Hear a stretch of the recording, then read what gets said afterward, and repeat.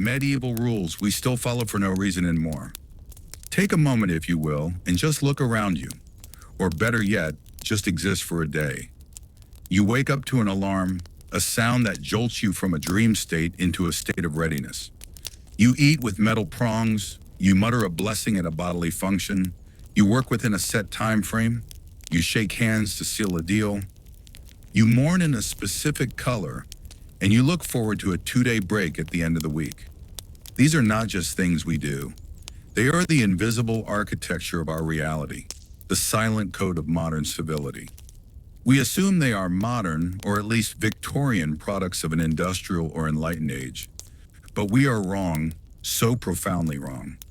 These rituals, these schedules, these seemingly logical actions are, in fact, ghosts. They are the echoes of a world we think we've left behind, the distant, dusty, and often brutal world of the Middle Ages. Our contemporary life is not a clean break from the past. It is a medieval manuscript, heavily edited, with some gold leaf scratched off and some margins filled with digital code. But the foundational text, the vellum itself, remains stubbornly, inescapably medieval. The journey into this hidden inheritance begins not in a factory from the 1800s, but in the cold stone corridors of a monastery, long before the first steam whistle ever screamed its presence into the world. The 9-to-5 grind, the very skeleton of our work week, feels like a creation of the Industrial Revolution, a calculation by clever Victorian men in waistcoats, determining the precise number of hours a human could operate before collapsing over a loom. It seems like a product of efficiency, of capitalism, of a new world order. But this is a comforting lie we tell ourselves. The truth is far older and more peculiar. The 9-to-5 schedule didn't come from a factory owner's spreadsheet. It came from monks. Back in the Middle Ages, monks were the only people organized enough to tell time and, frankly, irritating enough to make everyone else follow their relentless, sanctified schedule. Their lives were not led by the sun or the seasons, but by a sacred, endless loop of bells. This was the original corporate calendar, a divine alarm system with extra guilt. Morning bells, midday bells, bells for prayer, bells for eating, bells for regretting your life choices that led you to this stone cell in the middle of nowhere. The day was meticulously divided into what they called the canonical hours: matins, lauds, prime, terce, sext, nones, vespers, and compline.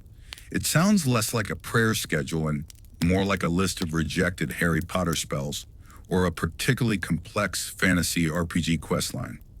At every single interval, the monks were required to stop whatever they were doing, be it copying scripture, brewing ale, or simply contemplating the void, to chant, kneel, or stare blankly into eternity. This wasn't about efficiency or productivity. It was about obedience. You weren't supposed to think for yourself. You were supposed to synchronize your entire being with God, the abbey, and most immediately the irritable monk in charge of the bell tower who, history assures us, absolutely existed. The one who rang the bell 2 minutes early just to watch his brothers scramble, a petty tyrant in a hair shirt. Then, over the centuries, the world outside the monastery walls caught the contagion of ordered time. Towns began scheduling their markets by the sound of the church bells. Guilds used them to mark the start and end of the artisan's workday. The rhythm of sacred devotion was slowly secularized into the rhythm of commerce. And when the Industrial Revolution finally did roll in with its soot and steel, the system was already there, perfectly formed and waiting. Some enterprising capitalists basically looked at the monastic routine and said, "Excellent, let's take this. Remove the faith, the silence, the wine, and the robe that doubles as pajamas, and add in paperwork, fluorescent lighting, and a deep-seated sense of existential dread." And thus the modern workday was born. Even your rushed lunch break is a pale shadow of the sext hour, when monks would pause to pray and maybe sneak in a snack and a quick nap before returning to their divine spreadsheets. So the next time your alarm blares at 7 a.m. and you drag your mortal coil toward another day of labor in exchange for rent and mild back pain, remember this: you are not a modern creature. You are medieval, just without the chanting, the forgiveness, or the free wine. The 9 to 5 didn't evolve. It escaped the monastery, put on a cheap suit, and learned to say, let's circle back on that. Now, consider another universal reflex. If you've ever sneezed in public and someone, even a stranger, muttered, "Bless you, congratulations," you've just participated in one of humanity's oldest and most enduring mass delusions. It's not politeness, it's a medieval panic attack that never got the memo about germ theory. We now live in an age of science, of hygiene, of understanding that a sneeze is merely a violent expulsion of air and irritants. And yet the ritual persists. To understand why, we have to travel back to the 6th century when the plague of Justinian was having its grand, grisly European tour. In that context, a sneeze wasn't a mild inconvenience or a sign of allergies. It was a potential death sentence, a bad omen that could empty a village. If you sneezed once, people side-eyed you, assuming you were already infected. If you sneezed twice, they started mentally dividing up your possessions. The logic, based on the best scientific understanding of the time, was both simple and terrifying.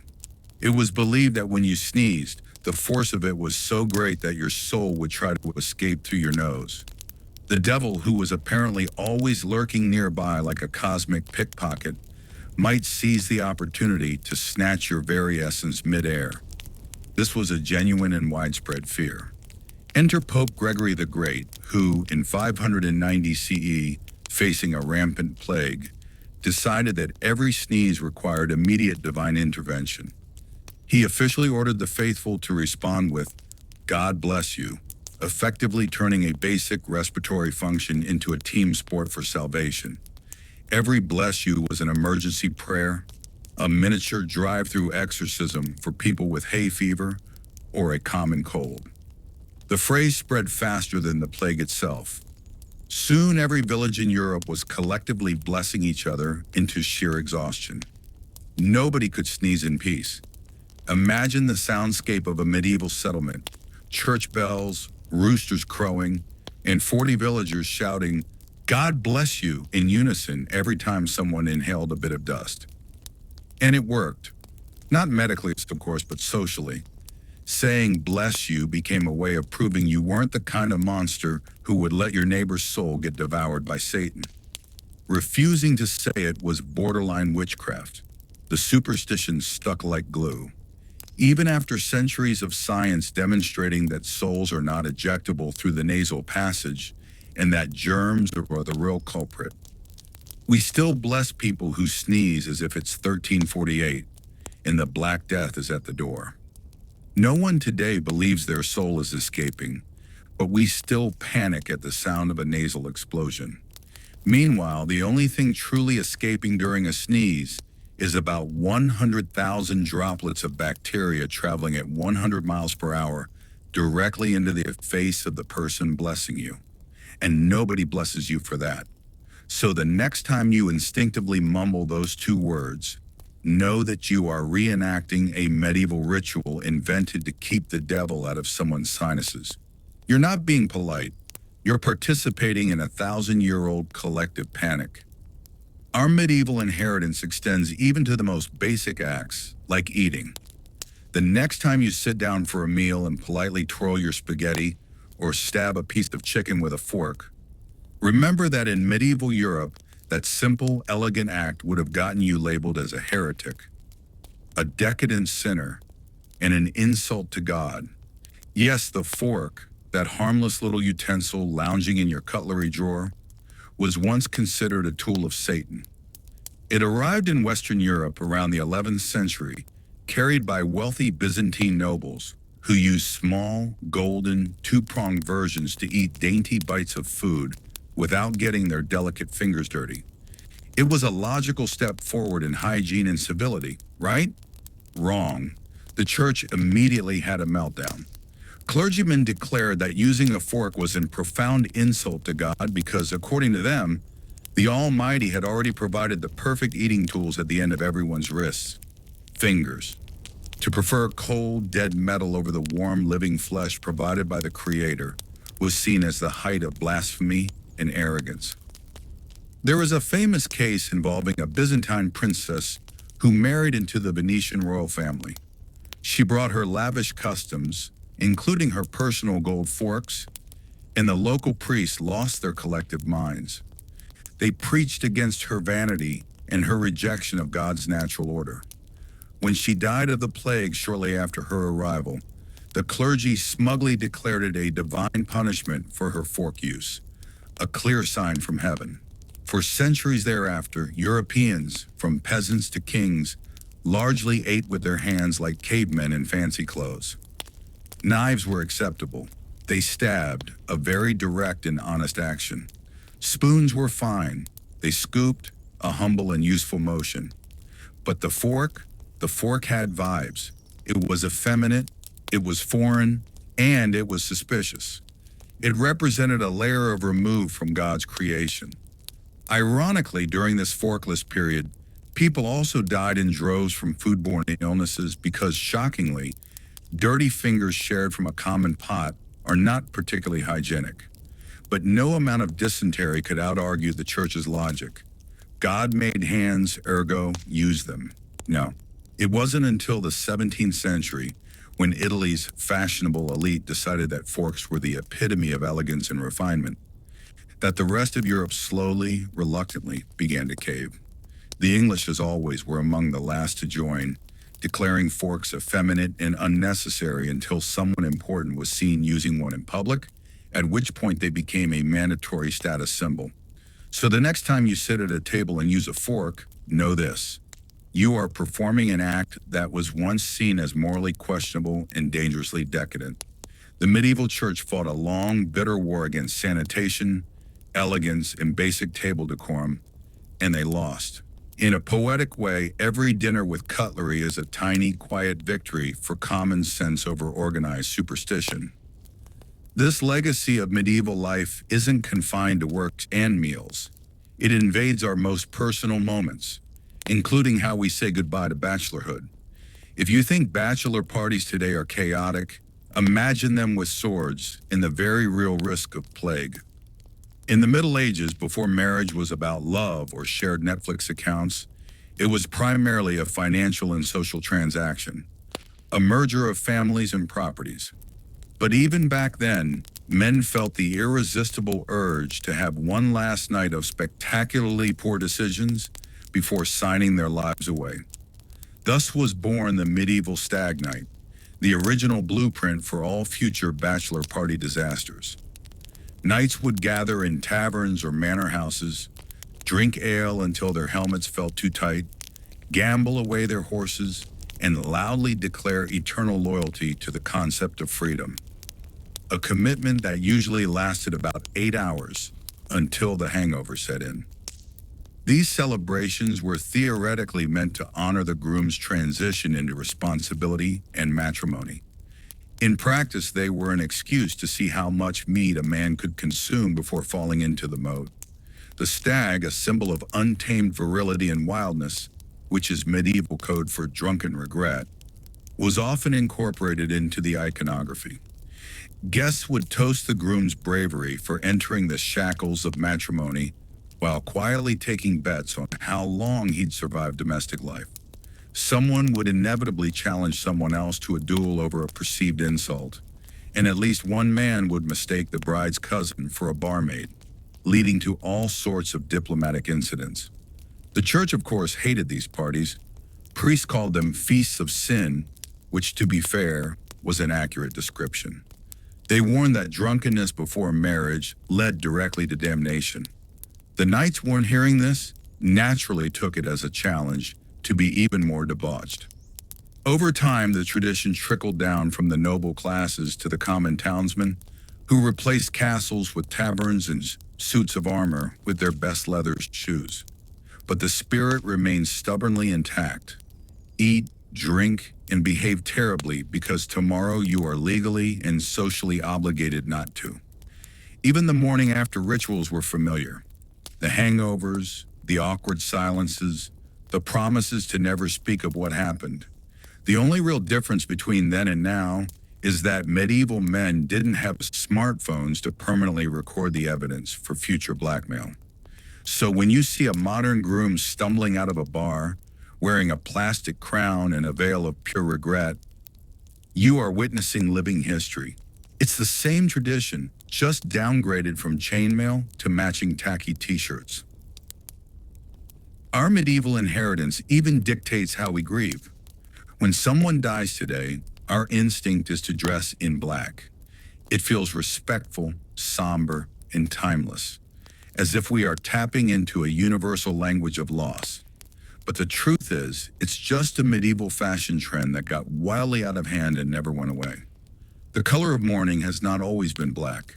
The Romans, for instance, wore white togas to funerals, a color symbolizing purity and clean passage, and also excellent for reflecting heat while you mourned under the Italian sun. But medieval Europe looked at that classical practice and said, no, let's make grief depressing, expensive, and stylish. Black dye, derived from oak galls and other complex processes, was notoriously expensive and difficult to produce in the Middle Ages. This meant that only the wealthy could afford to look properly, fashionably devastated. Peasants, of course, couldn't afford sorrow in fabric form, so they wore whatever was clean and available, which was usually shades of brown and gray. The nobles, however, turned mourning into a high-stakes social event.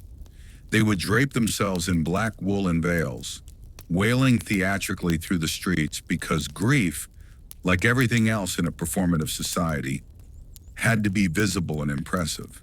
The church loved this trend. Black symbolized humility, penitence, and the solemnity of death before God. It also conveniently made the clergy's own simple black robes look pious and authoritative, rather than just lazy or cheap.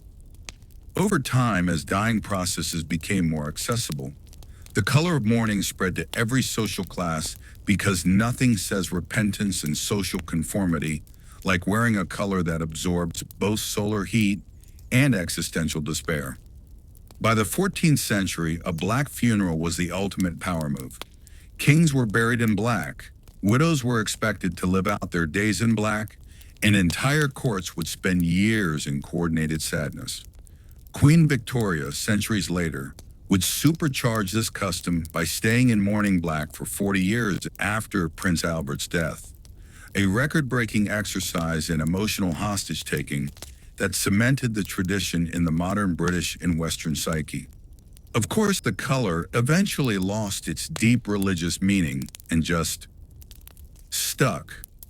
Now we all show up to funerals dressed like a collective of accountants who have misfiled eternity itself. Ironically, much of the rest of the world didn't follow this somber trend.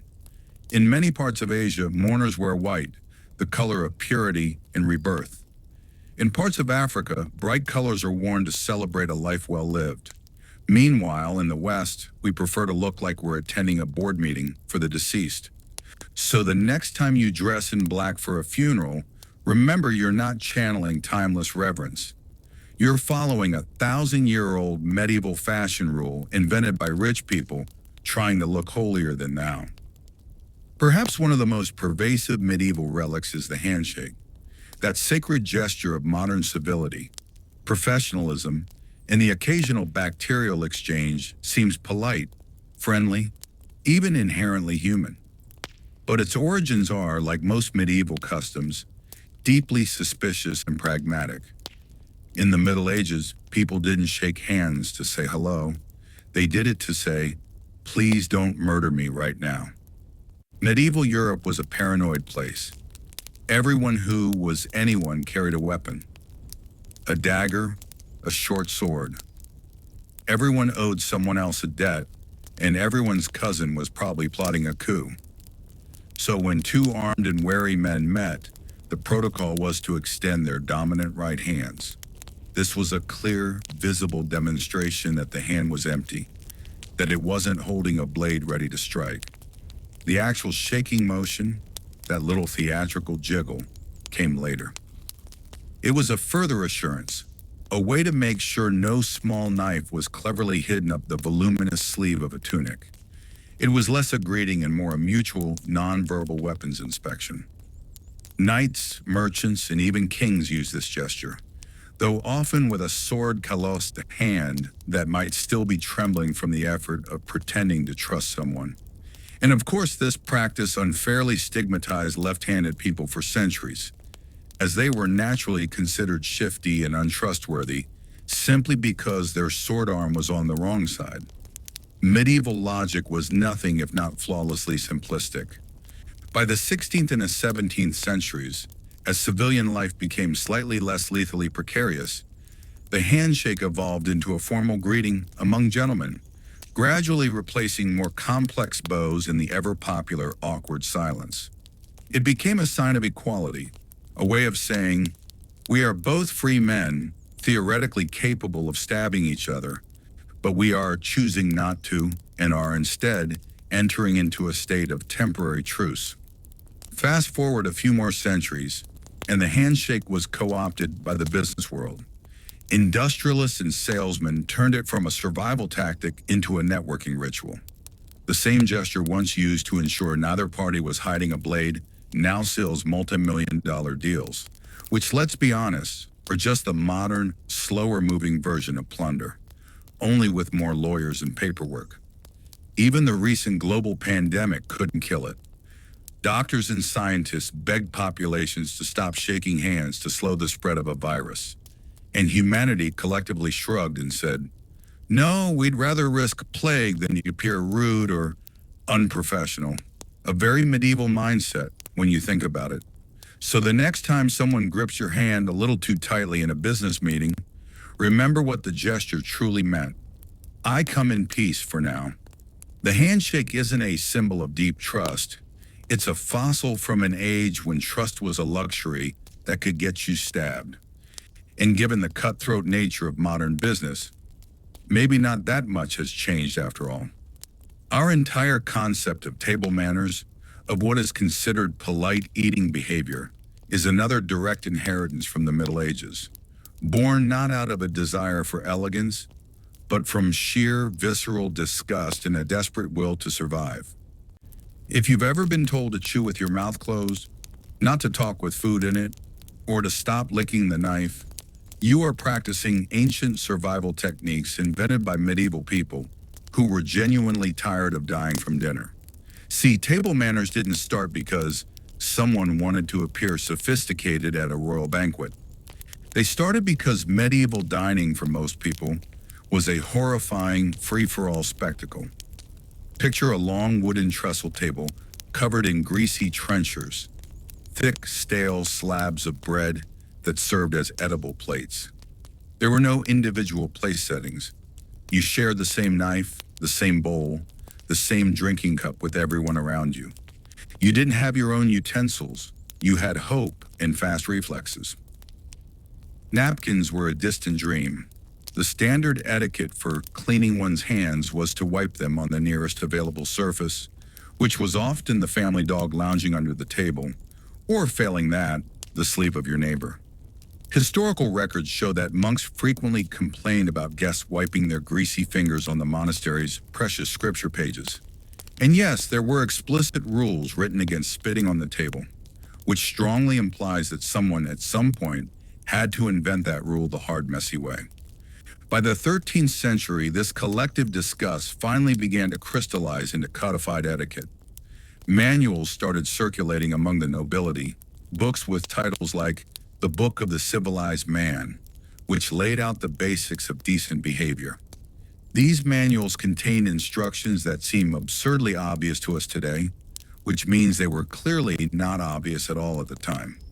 They taught people not to scratch themselves at the table, not to blow their nose into the tablecloth, and not to clean their teeth with the point of their knife.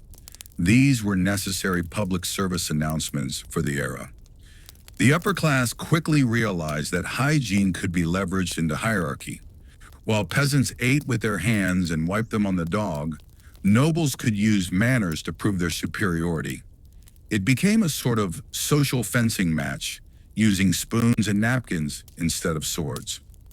Eventually, the church got involved and decided that proper behavior at the table reflected a clean and orderly soul, because nothing says holiness like daintily slurping your soup, while simultaneously believing the local widow might be a witch.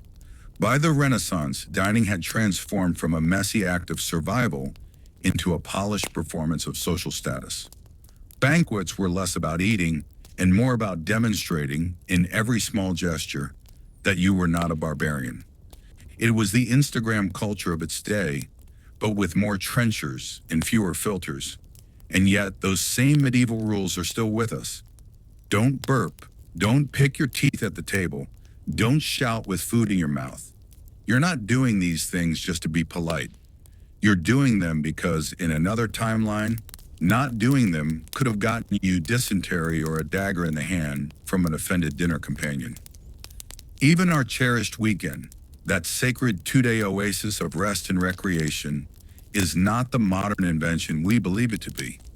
It feels like a triumph of labor unions, of productivity science, or of enlightened bosses who finally realize that rested workers are better workers. The truth, once again, leads us back to the Middle Ages.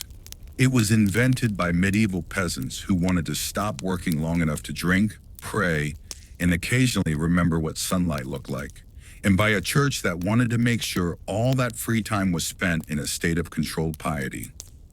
In the Middle Ages, there was no concept of a weekend. For the vast majority of the population, life was one long, back-breaking work session. You worked from sunup to sundown until your body broke, and then you worked slightly more, hoping it wouldn't give out completely. But the church, in its infinite and self-interested mercy, decided that people should occasionally rest. Not for their health or happiness, of course, but to attend Mass, receive instruction, and avoid sinning unsupervised where the local priest couldn't see them.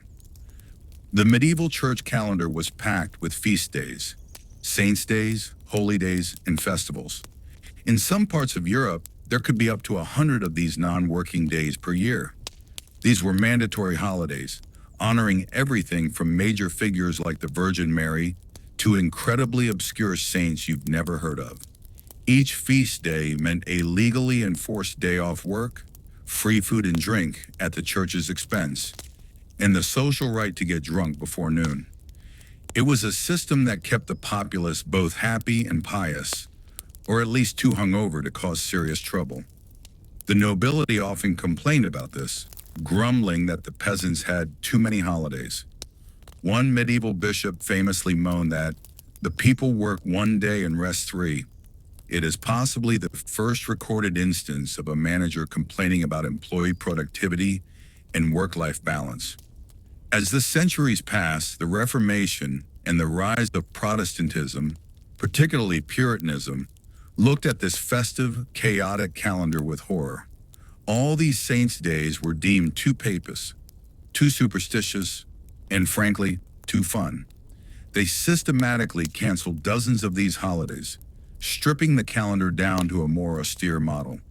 The Puritans pushed for a stricter, more disciplined system, one mandatory day of rest, Sunday, the Lord's Day. This is how the concept of a single, universal day of rest slowly solidified, eventually evolving into the modern lazy Sunday. Then came the Industrial Revolution. Factory owners who had initially worked their employees 7 days a week began to notice that overworked, sleep-deprived, and miserable laborers kept breaking the expensive machinery, including themselves. So reluctantly, they reintroduced the idea of a rest day. Saturday afternoons were added later when someone realized that workers who weren't on the brink of collapse made fewer catastrophic errors, like falling into the cotton loom.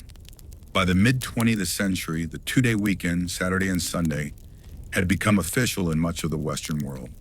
One day for God, one day for hangovers and household chores. So the next time you collapse into your bed on a Saturday night, grateful for the respite, remember you're enjoying a tradition born from medieval religious fervor, refined by Protestant guilt, and perfected by capitalism's relentless need to make you productive enough to return on Monday. The weekend wasn't given to humanity out of kindness. It was a holy compromise between sin, survival, and scheduling. Perhaps one of the most personal medieval holdovers is the wedding ring. When you slide a band of gold or platinum onto your finger today, you're not just declaring eternal love and commitment. You are reenacting a medieval property exchange, a transaction that has been beautifully rebranded over the centuries. In the Middle Ages, marriage was rarely about romance. It was an economic and political transaction with some decorative vows attached. Love, if it came at all, was expected to develop after the paperwork was signed, usually followed by a lifetime of joint land management and strategic alliances. The ring in this context wasn't primarily a symbol of devotion. It was a receipt, a physical token sealing a legal and financial contract. The origin of the ring as a symbol goes way back to ancient Egypt, where circular bands of reeds or metals symbolize eternity with no beginning and no end. The idea traveled through the Roman Empire, where men gave rings to women as a sign of ownership and a pledge of value. By the time this tradition washed up on the shores of medieval Europe, the church saw a brilliant opportunity. Here was a pagan symbol that could be co-opted and infused with Christian meaning, a perfect symbol of faithfulness that also conveniently functioned as a visual legal shackle.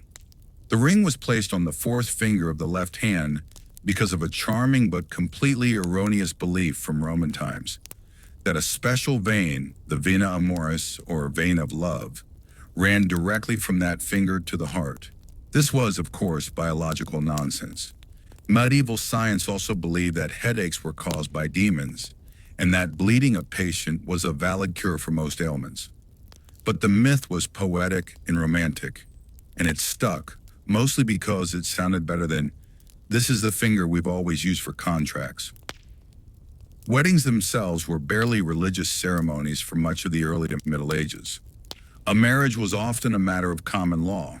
You declared your intent in front of witnesses, shook hands, exchanged gifts, the ring, and boom, you were legally married. The church, seeing a massive business opportunity going to waste, gradually inserted itself into the process. Soon, only unions blessed by a clergyman were considered valid in the eyes of both God and the state, and the ring became a mandatory prop in this new sacred theater. And for centuries, this was a one-way street. The ring was almost exclusively worn by the woman. It was her visible sign of being someone's property, a signal to other men that she was taken. It was not a symbol of mutual partnership. Men didn't start wearing wedding rings en masse until the 20th century, a practice that was popularized largely by World War II soldiers who wore bands as a tangible reminder of their wives and families back home, and as a signal that they were not available even while overseas. Now the wedding ring is a universal symbol, a tiny halo of metal that supposedly represents love, trust, and eternity, until someone forgets it on the bathroom sink and a minor marital crisis ensues. So when you glance at that band on your finger, remember what it really represents. It's not just a symbol of eternal romance. It is a medieval merger agreement that has survived every cultural, religious, and social collapse since the Crusades. You're not just wearing a symbol of love. You're wearing a 900-year-old contract with vastly superior branding. Our medieval ancestors even shaped our concept of personal space and privacy, concepts we guard fiercely today. In the Middle Ages, the average person's home would make a modern studio apartment look like a palace in Versailles.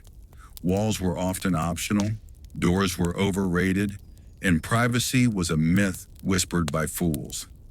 Most people lived in single-room houses, often just one large room, shared with their entire extended family, their livestock, and whatever spirits or vermin were haunting the rafters. The medieval idea of personal space was, please stop stepping on the chicken. But then came a simple, revolutionary technology: fabric. Curtains started as intensely practical objects. Heavy drapes were hung to keep out drafts, flies, and the prying eyes of nosy neighbors. But they quickly evolved into powerful social statements. Nobles began hanging thick, embroidered, inexpensive curtains around their enormous beds, not just for warmth, but for dignity. These bed hangings were like portable bedrooms, creating the fragile illusion of privacy in a great hall filled with servants, snoring relatives, and the occasional minstrel who didn't know when to leave. If you were wealthy enough, your bed would have curtains so grand they could double as theatrical stage sets. Some even had inner curtains for privacy from your own spouse. It was common for guests of similar social standing to sleep in the same room, sometimes even in the same large bed. So if you wanted to change your clothes, pray, or have a quiet cry, these curtains were your only line of defense against the world. The peasantry, seeing this, eventually caught on, using whatever rags or old blankets they could find to partition their own cramped living spaces.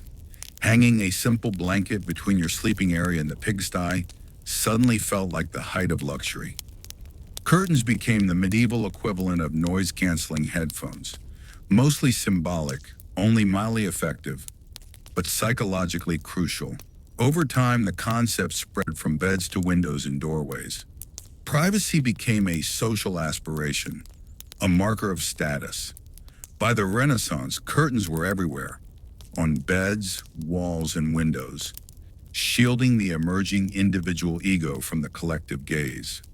The wealthier you were, the thicker and more opulent your drapes. Centuries later, we still perform this same ritual. We draw our curtains at night as if we're hiding from the Inquisition, not just the neighbor's porch light. We buy blackout curtains, thermal curtains, and privacy shears. We have upgraded the fabric, but not the fundamental paranoia. So the next time you close your curtains before bed, remember you're reenacting a medieval ritual to protect yourself from judgment, gossip, and the cold night air. The only real difference is that your neighbors probably aren't watching. Probably. Even our language of respect is futile. When someone calls you sir or madam, it feels polite, respectful, even chivalrous. But in the Middle Ages, those words didn't mean I respect you as an individual. They meant I recognize that you are my social superior and could legally have me executed if I displeased you. Titles of address were the linguistic armor of a rigidly hierarchical feudal Europe.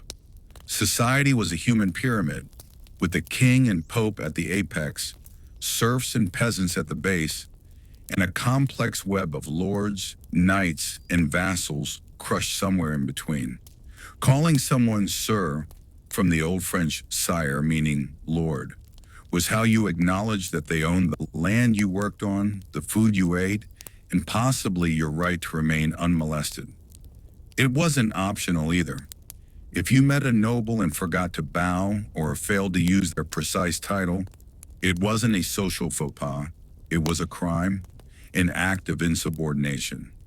Etiquette manuals from the 14th century explicitly warned that a man of low estate must speak to his betters with reverence under pain of correction. Correction, of course, being the medieval euphemism for public humiliation, a fine or a light beating. Women had their own version, madame from the French madame, literally meaning my lady. This wasn't a term of endearment, it was ownership language. It told everyone that this woman belonged to a social class above yours, usually because she was the property of a man from that class. Over centuries, as feudal structures slowly crumbled, the titles sir and madam softened and trickled down the social hierarchy, losing their life or death gravity and becoming the meaningless courtesies we use today. We now use them for cashiers, customers, and strangers who block the grocery aisle. They are small verbal nods to a social order that technically no longer exists, but whose emotional and linguistic architecture still shapes our interactions. Americans often use them to sound polite and deferential in service contexts. The British use them to reinforce subtle, lingering class distinctions. And in the American South, sir and ma'am can mean anything from genuine respect to the verbal equivalent of a slap, depending entirely on the tone. It's linguistic evolution in action, feudal submission repackaged as customer service. So the next time someone calls you sir or ma'am, remember you've just been addressed like a medieval landlord. You didn't earn that authority through your actions in that moment. You inherited the vocabulary of subservience. And when you say it to someone else, you're not just being polite, you're reenacting feudalism with better manners. And, in the case of a restaurant, worse tips. If you have ever felt the soul-crushing weight of bureaucracy, waiting in line for a permit, filling out a form that asks for the same information 5 times, or sending a follow-up email just circling back, you owe that particular flavor of modern misery to the Middle Ages. Bureaucracy, humanity's favorite way to look organized while achieving absolutely nothing, was a medieval invention perfected by the church. Back then, kings couldn't run their sprawling kingdoms alone. They needed literate men who could write down who owed taxes, who owned which strip of land, and who had been executed recently, and thus whose property was now forfeit. Thus the first clerks appeared, men in robes with quills, ink, and a supernatural ability to make small problems take forever to resolve. The church, with its vast land holdings, tithes, and need to track every sin, confession, and supposed miracle, perfected this system to an art form. Medieval monasteries were the original corporate offices, candlelit cubicles filled with unpaid interns called novices. Their handwriting was exquisite, their calligraphy a form of devotion, but their morale was undoubtedly in the pits.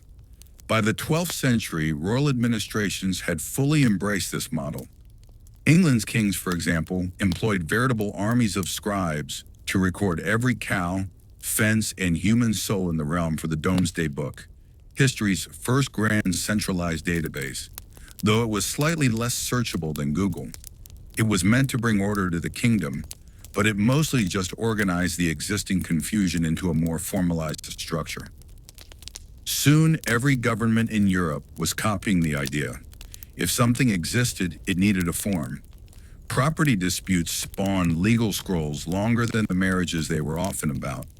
Births, deaths, marriages, and taxes all required signatures, wax seals, and a small choir of witnesses. Losing your paperwork wasn't just an inconvenience. It was practically an act of treason. The real genius of medieval bureaucracy was its self-perpetuating nature. For every new law, you needed a record. For every record, a clerk. For every clerk, another clerk to check the first one's handwriting and calculations. It was a perfect, self-sustaining ecosystem of administrative bloat, a paper-based perpetual motion machine powered entirely by human frustration. Fast forward to the modern world, and absolutely nothing has changed in spirit. We've swapped parchment for PDFs, quills for keyboards, and wax seals for email signatures. But the underlying principle remains identical. You still need permission from a faceless authority to do things that no one fully understands, and you must provide the same information repeatedly across multiple platforms. So the next time you're stuck on hold with a government agency or filling out the 10th page of a digital form, take a small, cold comfort in knowing you are participating in a 1,000-year-old tradition. Medieval kings had scrolls. You have spreadsheets. Both are equally capable of producing a sense of profound meaninglessness, but at least yours has a submit button. Finally, if you think the frantic, judgmental, and often hysterical nature of outrage culture is a unique product of the internet age, you have clearly never met a medieval villager with some spare time and access to a church bell. The Middle Ages ran almost entirely on moral panic. There was no 24-hour news cycle, no trending tab on social media, just priests, rumors, and the occasional goat acting suspiciously. The formula was simple and devastatingly effective. One person saw a comet, another blamed the local widow for it, and suddenly half the town was on fire. Medieval society didn't need proof, it needed a scapegoat. Drought, witches, illness, witches, unexplained deaths, witches. Your bread didn't rise? Definitely witches. It was a one-size-fits-all explanation for any misfortune. And if no convenient witches were available, heretics, Jews, or foreigners would do just as nicely. The church, whether intentionally or not, fueled this with industrial efficiency. Panic was good for business. If you could convince people that sin caused plagues and that heresy caused earthquakes, they would be more likely to attend Mass, confess their sins, and most importantly, tithe more generously to secure divine protection. It was a form of medieval crowdfunding, with salvation as the reward. Inquisitors traveled from town to town, ostensibly purging corruption, which mostly meant asking leading, terrifying questions until someone, under duress, confessed to dancing with the devil or some other fabricated crime. Public hysteria was also a prime form of entertainment. Witch trials and public executions were community events. People brought their families and snacks, making a day of it. The same folks who cheered and jeered at the gallows in the afternoon would spend the next morning in church praying for God's mercy for their own souls. It was a perfect, self-reinforcing cycle of guilt and spectacle. And let's be honest, not much has fundamentally changed in the human psyche. We have just replaced the physical gallows with digital comment sections and the burning torches with the fiery glow of Wi-Fi indicators. Someone makes a mistake, expresses an unpopular opinion, or is simply in the wrong place at the wrong time, and the digital mob piles on. By sunset, there is a torrent of digital shouting, performative moral superiority, and rarely any actual solutions or redemption. The rhythm is identical. Medieval panic maintained a kind of social order through fear and the identification of common enemies. Modern panic maintains platform engagement through algorithms that thrive on conflict and outrage. Both make the individual feel righteous and part of a group while achieving very little of substance. It's a tradition of collective human behavior so resilient it survived plagues, printing presses, and the Enlightenment, and it still thrives every time someone types, "I can't believe you would post that." From the moment we wake to the sound of an alarm to the way we grieve, work, eat, and even express outrage, we are living in a world designed by the Middle Ages.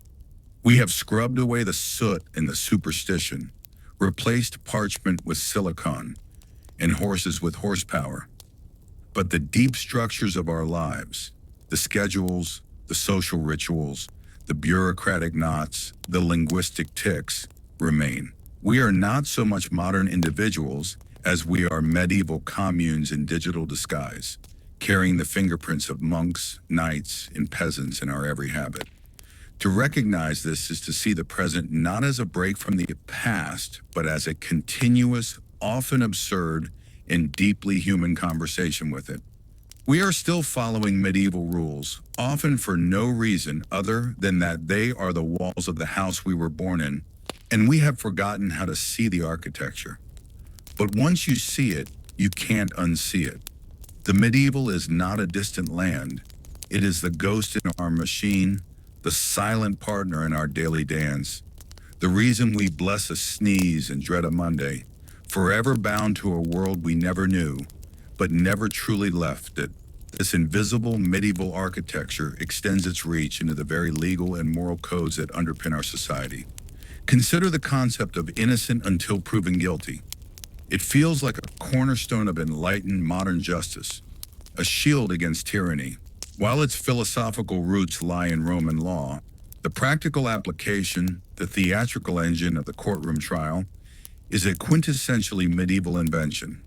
The grand jury, the presentation of evidence, the cross-examination, these are not products of the Age of Reason, but of the 12th century, specifically from the reign of England's King Henry II.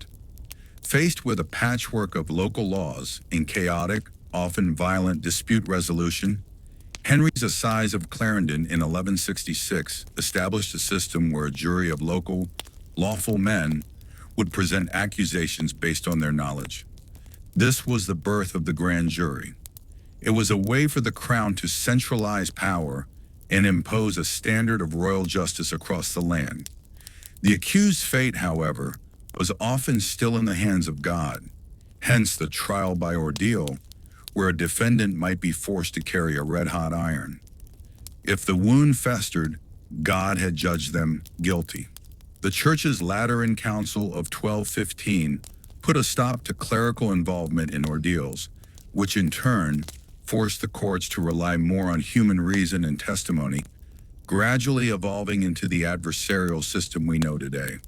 So the next time you watch a legal drama and see a lawyer objecting, remember that the entire performance is a refined, secularized version of a medieval process designed to replace mob justice with the king's justice. We've removed the hot iron, but the fundamental framework of accusation and defense remains a medieval artifact. Even our relationship with the natural world and its ownership is filtered through a medieval lens. The very idea of land as a commodity that can be privately owned, surveyed, bounded by fences, and bought and sold is a dramatic departure from earlier, more communal concepts of land use. This shift was cemented in the Middle Ages through the feudal system. While the king ultimately owned all land, he granted parcels, fiefs, to his lords, who in turn granted smaller plots to knights and other vassals.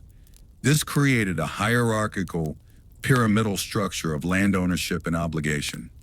The Domesday Book, that monumental bureaucratic achievement, was essentially a massive catalog of this system, who held what land and what they owed for it. This process of parceling, mapping, and assigning monetary value to every acre of land transformed it from a living communal resource into a political and economic asset.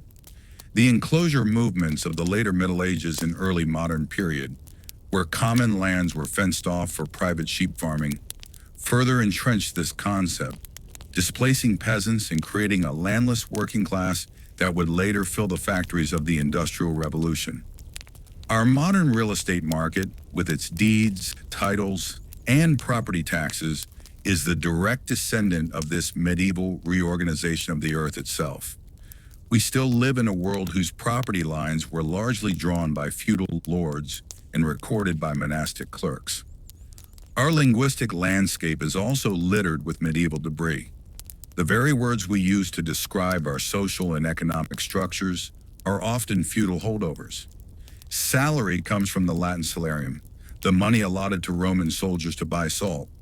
But the concept of a regular fixed payment for service, as opposed to payment in kind, food, shelter, goods, was solidified in the medieval period.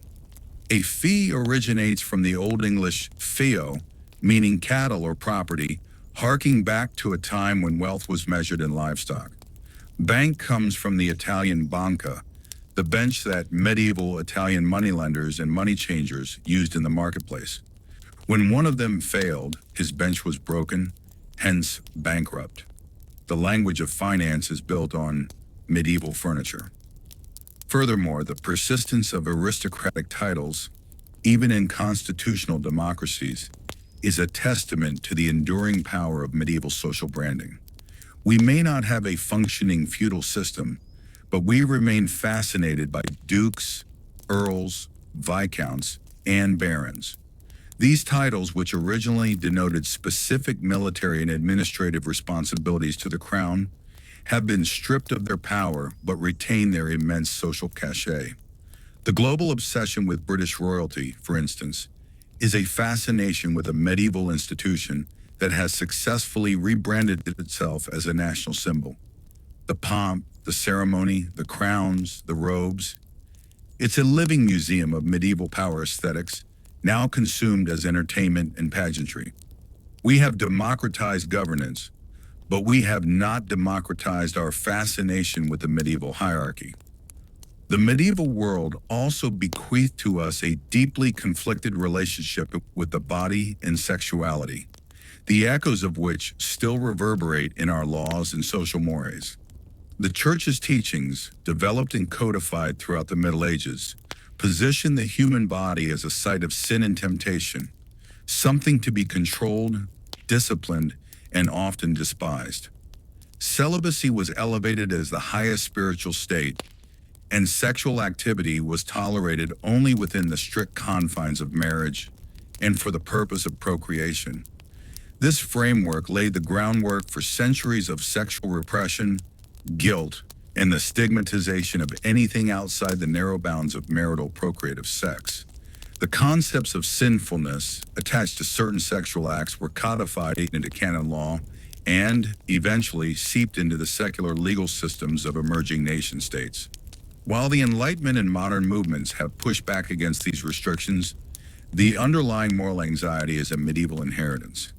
The very fact that debates about sexuality, consent, and morality are often still framed in terms of natural laws or religious doctrine is a continuation of a conversation that was dominated by medieval theologians like Thomas Aquinas. Even in the realm of education and intellectual life, the medieval model persists. The university itself is a medieval invention. The first institutions recognizable as universities emerged in Bologna, Paris, and Oxford in the 11th and 12th centuries. They were originally guilds of scholars and students, organized much like the craft guilds of the time, formed to protect their interests and regulate the production of knowledge. The curriculum was based on the trivium, grammar, logic, rhetoric, and quadrivium, arithmetic, geometry, music, astronomy, the 7 liberal arts. The lecture, where a professor reads from a text and comments on it, stems from a time when books were prohibitively rare and expensive, and knowledge was transmitted orally. The academic regalia, the gowns, the hoods, the mortarboards, are the direct descendants of the clerical robes and headgear worn by medieval scholars, who were often clerics. The structure of a bachelor's degree, a master's degree, and a doctorate with its defenses and dissertations is a process formalized in the medieval university.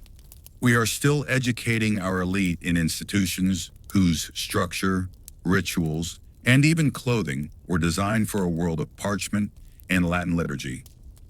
In conclusion, the ghost of the Middle Ages is not a faint whisper in our modern world. It is a loud, persistent, and active presence. It is in the clock that governs our work, the utensils we eat with, the words of comfort we offer a sneezer, the way we mourn our dead, the contracts we seal with a handshake, the manners we enforce at the dinner table, the weekend we desperately await, the rings that symbolize our unions, the privacy we crave, the language of respect we employ, the bureaucracy we endure, and the moral panics we enact online. It is in our courtrooms, our property deeds, our financial language, our social hierarchies, our attitudes toward the body, and our very institutions of learning. We imagine the past as a foreign country, but the truth is we have never left the Middle Ages. We have simply been redecorating the castle, installing Wi-Fi, and convincing ourselves we built a new one.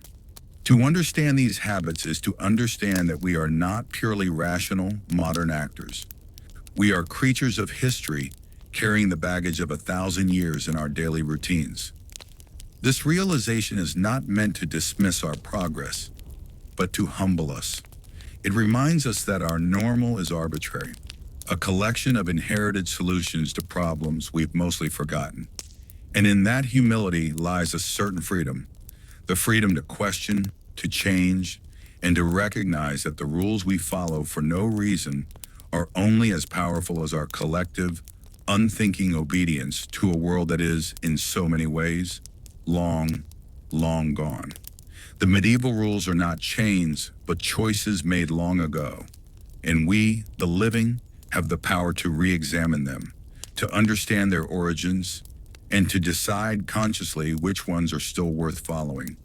The tapestry of our medieval inheritance is even richer and more detailed, woven into the very fabric of our social ceremonies, professional symbols, and daily transactions. Let us continue our journey into the ghosts of traditions that guide our hands, our toasts, and even our walks down the aisle.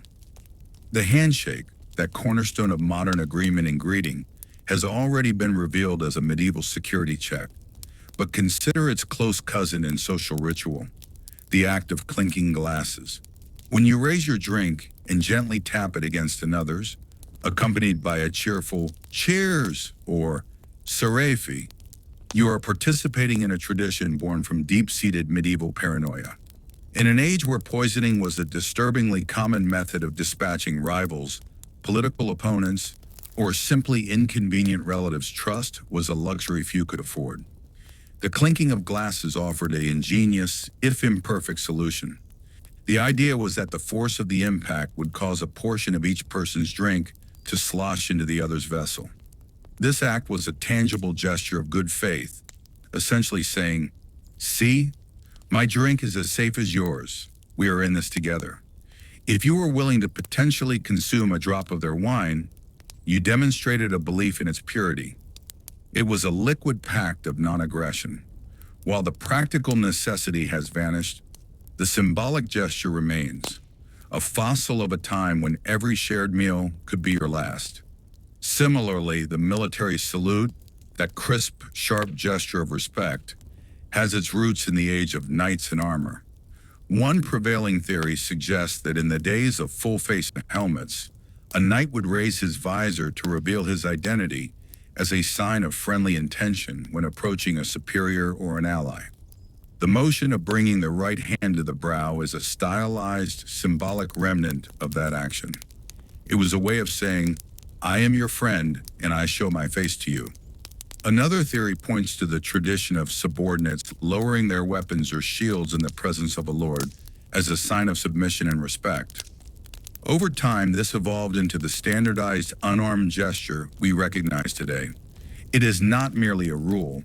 It is a silent, physical echo of chivalric codes and battlefield recognition. Even the simple act of walking on a certain side of the path has a medieval logic. The common practice of keeping to the right, especially on stairs or in corridors, is often traced back to the fact that most people are right-handed. In a world where men wore swords on their left hip for a right-handed draw, passing an oncoming stranger on the right side ensured that your sword arms were furthest from each other.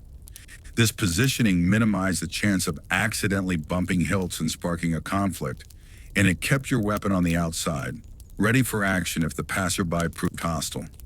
It was a passive, preventative measure for urban and castle navigation. The same logic applies to why the bride stands on the left of the groom at the altar in Western weddings. It left his right hand, his sword hand, free to defend her if a rival or disgruntled suitor charged during the ceremony. We've already explored the "God bless you" for a sneeze, but its Turkish counterpart, kokyasa, live long, carries a similarly superstitious, though less theologically charged weight. The fear was not necessarily that the soul would escape, but that a sneeze was a violent, sudden event that could dislodge the life force itself or attract the attention of malevolent spirits. To immediately counter this with a blessing or a wish for long life was a way to magically counteract the potential harm, to reaffirm the person's vitality in the face of an ominous bodily convulsion.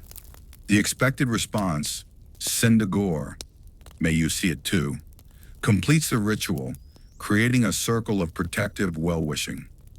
The charming tradition of bridesmaids wearing matching dresses is not merely a photographic convenience or a fashion statement. It is a relic of ancient and medieval protective magic. The idea was to confuse malevolent spirits or jealous suitors who might be intent on harming the bride on her wedding day. By dressing several women identically, it became difficult for evil forces or ill-wishers to identify the actual bride, thus protecting her from curses, the evil eye, or even kidnapping. The bridesmaids acted as a kind of magical decoy squad. The best man, or sagdik, has an even more serious and dark origin. He was not originally the organizer of the stag party and the keeper of the rings. He was the bridegroom's most skilled and trusted swordsman. In times when marriage was often a business arrangement between families, and brides were sometimes taken by force, a practice known as bride abduction, The best man's primary duty was to help the groom fend off rival clans or the bride's disapproving family. He was the literal best man for the job of ensuring the wedding went ahead, by force if necessary. He stood next to the groom at the altar, ready to defend him, a tradition that has softened into standing as his moral support. Carrying the bride over the threshold is another practice steeped in superstition. In many ancient cultures, including those that evolved through the Middle Ages, thresholds, the spaces between one realm and another, like a doorway, were considered particularly vulnerable to evil spirits. It was believed that these spirits lurked at the threshold, waiting to enter the new home with the bride.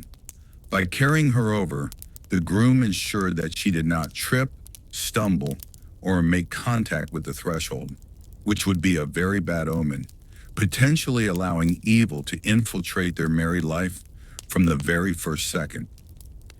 It was a protective gesture, a way to safely transport her from her old life into her new one without incurring the wrath of unseen forces. The legend of King Arthur's Round Table is a powerful medieval symbol that has endured as a metaphor for equality and collaborative leadership. While the historical reality is murky, the concept, as popularized by medieval romances, was revolutionary. A round table meant no head, no foot, and thus no inherent hierarchy. Every knight, from the most renowned to the most junior, had an equal seat and an equal voice. This idea of equitable discussion has transcended its Arthurian origins, inspiring everything from modern corporate boardrooms and international diplomatic summits to the name of political movements. It is an enduring testament to a medieval ideal of fairness. The iconic red and white barber pole is a direct and rather grisly advertisement from the Middle Ages, when barbers did much more than cut hair. They were also surgeons performing minor operations, bloodletting, and tooth extractions. The pole represents the staff that the patient would grip to make their veins more prominent. The white stripes symbolize the clean bandages used, while the red stripes represent the blood itself. Often the pole was topped with a brass ball, symbolizing the basin that collected the blood. It was a stark, unambiguous sign of the services offered within. Today it is a cheerful, universal symbol for a haircut, its surgical history all but forgotten. The academic regalia of caps and gowns worn at graduations is a fashion statement frozen in time from the medieval university. In the 12th and 13th centuries, universities were closely tied to the church, and scholars were essentially clerics. Their everyday clothing was the long, sober robes of the clergy, designed for warmth in unheated, stone-built lecture halls. The hood, or capuchin, was a practical garment against the cold. The mortarboard cap is believed to have evolved from the biretta, a square cap worn by Roman Catholic clergy. This attire marked them as part of an intellectual and spiritual elite. Today we retain this medieval clerical wardrobe to signify academic achievement, a sartorial link to the first great centers of learning. The baker's dozen, 13 items instead of 12, is a charming term with a very practical medieval origin rooted in harsh consumer protection laws. In medieval England, laws were strict against bakers who shortchanged customers. The penalty for selling undersized loaves could be severe, including fines, flogging, or even having an ear nailed to the doorpost. Since it was difficult to ensure every loaf was exactly the same weight, and given the gravity of the punishment, bakers would often add an extra loaf to every 12 they sold. This inbred or vantage loaf was insurance against accidentally falling short and facing the draconian consequences. It was a business practice born out of fear of the law. The wigs and robes worn by judges and barristers in many Commonwealth countries are perhaps one of the most visible and anachronistic medieval holdovers in the modern professional world. The robes are a direct descendant of the formal wear of medieval scholars and clerics, who were often the only educated men qualified to serve as judges. The white neck tabs or bands are a remnant of the 17th century linen collar. The wigs, however, are a slightly later addition from the late 17th century when they became fashionable in the court of King Charles II. They were adopted by the legal profession as a symbol of status, formality, and anonymity. By wearing a uniform wig, a judge or lawyer was supposed to be a neutral representative of the law, setting aside their personal identity. This tradition has persisted for centuries as a symbol of the antiquity, dignity, and unchanging nature of the law. Even the humble piggy bank has a medieval linguistic origin. In the Middle Ages, common household pots and jars were often made from a type of cheap, orange clay called pig. People would store their spare coins in these pig jars or pig banks. Over centuries, the pronunciation of pig remained the same, but the spelling and meaning of the word pig for the animal became more common. Potters, hearing requests for pig banks, began to shape the clay containers in the form of pigs, creating a pun made solid. The association stuck, and the piggy bank was born from a simple misunderstanding in the evolution of language. And finally, we return to the fork, that once scandalous utensil. Its journey from blasphemous object to table essential is a perfect microcosm of our entire theme. Its initial rejection by the church, its slow adoption by the decadent elite of Byzantium and Italy, and its eventual triumph as a symbol of civility, illustrates how medieval innovations, born from practicality or vanity, could overcome superstition to become foundational elements of modern life. We are, in our dining rooms and our courtrooms, at our graduation ceremonies and our weddings, still living in the long shadow of the Middle Ages, following rules and rituals devised by monks, knights, and merchants who would be utterly bewildered by our world, yet would perfectly understand the symbolic gestures we use to navigate it.